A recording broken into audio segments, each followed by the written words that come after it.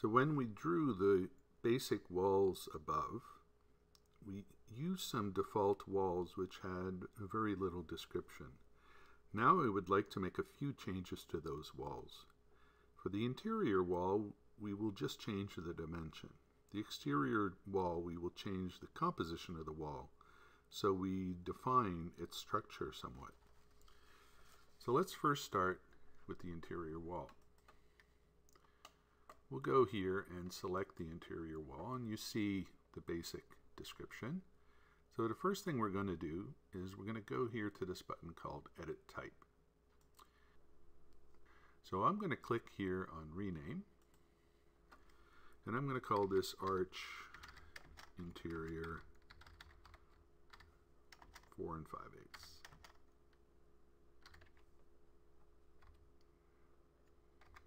And click OK.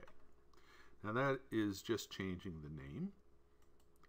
You'll notice here in the type parameters, you see the width is still 6 inches.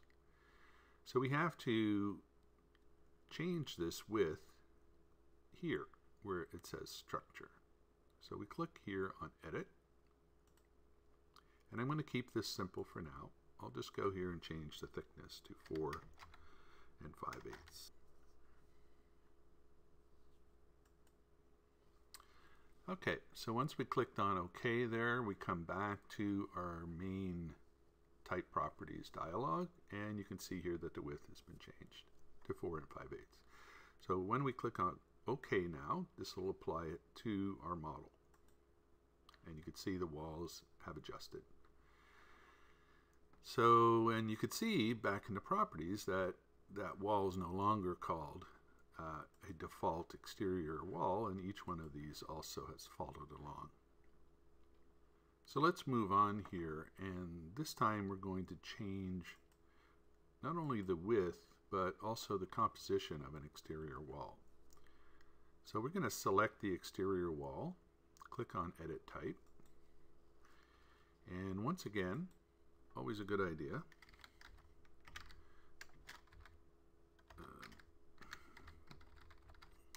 to give your walls some sensible names. If we were to actually add more things, like maybe it was a masonry exterior wall or exterior wall with siding, we might want to add that to our descriptions as well. In this case here, we'll stick with just this. Just basically it's an exterior wall and its dimension.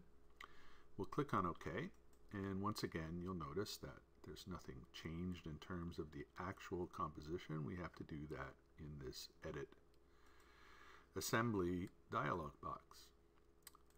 So now in this case we're going to start with the structure, and we're going to change the structure here to be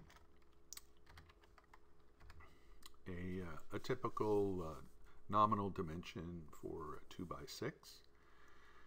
And we enter that dimension, hit Enter or Tab, and now we'd like to add some more layers essentially to this wall composition. So we're going to click here on Insert, and it's going to insert a new layer. It inserts it basically in the wrong place. We would like our first layer to go on the interior side. So you can see here that's near the bottom. So we're going to click on Down. And now we're going to first change the function to call it a Finish function. And the rest we'll ignore for now, but we'll change the thickness here to 0.5 inch. Okay, and you see sometimes it's easier just to enter a decimal. Now I'm going to click up here at the top, right there, we're clicked on the number, and I'm going to click Insert again, and you can see that that inserted it more or less at the right place, actually exactly at the right place. And I'm also going to call this Finish 5. And this time I'm going to change this to 3.5 inches. Okay, and just to keep track here, I happen to do all that correctly. It gives me a total thickness, so if I make a mistake, or I will see that mistake show up here in the total thickness. So I'll click on OK now. And once again, OK.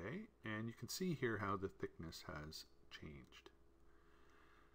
Now, one thing that we don't see yet is we don't see the actual composition of the wall.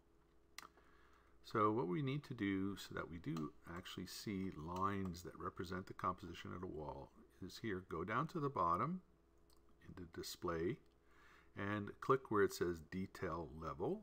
You can see here it's currently set to coarse. Click on that button and change it to fine.